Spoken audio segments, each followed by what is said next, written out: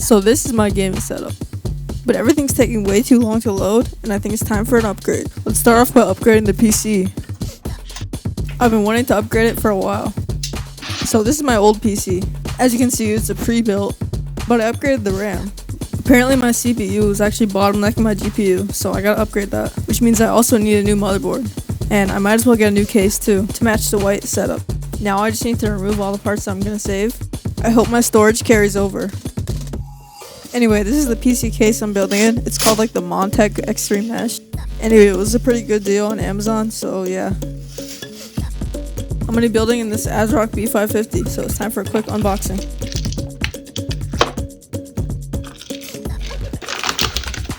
And for the CPU, I'm going with a Ryzen 5 5600.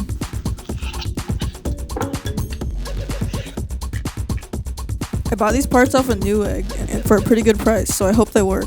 Alright, now it's time to install the CPU. Hope I don't break any pins.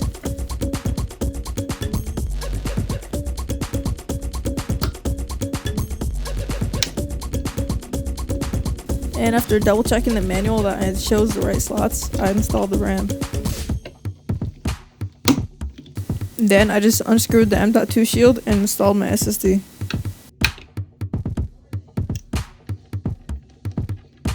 To cool the CPU, I'm going to try and use the old cooler, but then paint it white. So after removing the ring, it actually was pretty tough to remove. It started sanding. I'm just trying to make the surface rough enough to be able to paint. Anyway, then I go on with the first layer of primer. Then I sprayed a layer of white. If you guys are going to do this, make sure to go for like 3 to 4 light coats of paint. Anyway, the finished product turned out pretty well, so let's put it into the PC.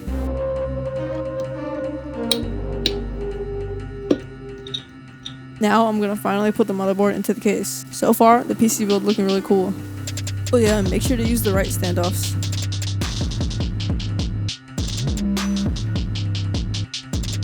Then I just unscrewed this part to install my GPU. I'm still using the same GTX 1650, but hopefully my performance will be way better without the bottleneck. And for the PC fans, I'm going to try and use my old fans. I'm just going to spray paint them white with the same paint. So after masking off the part that I don't want painted, it's time to start spray painting. This was actually pretty hard to do because the paint wouldn't get into the little nooks and crannies. Now for the satisfying peel.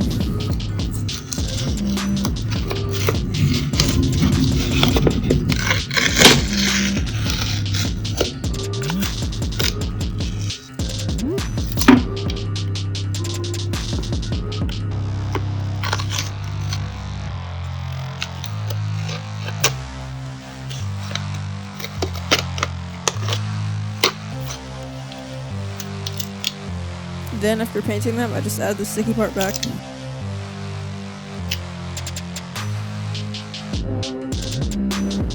Okay, now that the fans are looking pretty good, it's time to put them in the PC. Gladly this thing actually boots up.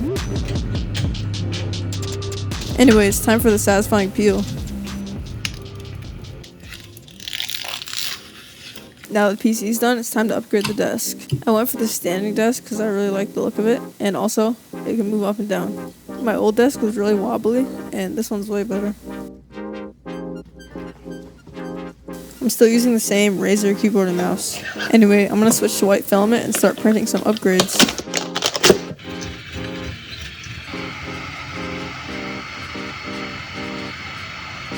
First, I'm going to print a cable chain to keep my cables nice and organized.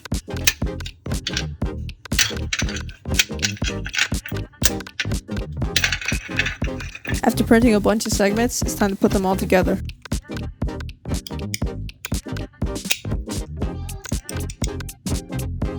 Nice, now that the cable chain is working, it's time to attach it to the desk.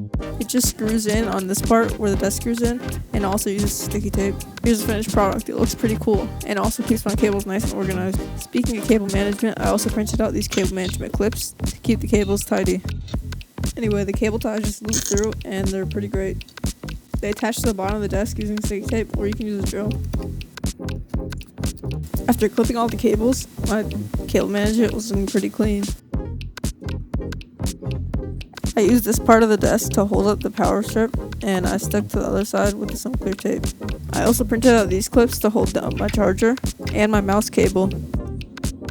I also got a brand new monitor, and this thing's 165 hertz. To go with it, I got this dual monitor stand. It's my first time having dual monitors, so I'm pretty excited. I also had to buy like a longer DisplayPort cable and a longer HDMI cable, and the monitor stand just clamps to the bottom of the desk. I went and printed out this headphone mount so it can hold my headphones. It just latches to the bottom of the up-down button, so yeah. And this pen stand is perfect for holding my pen mods for when I'm ready to pen spin. Okay, so I think that was all the upgrades, so it's time for the final review. That's it, that's the setup. Hope you guys like it, and hopefully you can upgrade your setups too. See ya. Oh yeah, if you guys want some of these STL files, they're linked in the description and my things.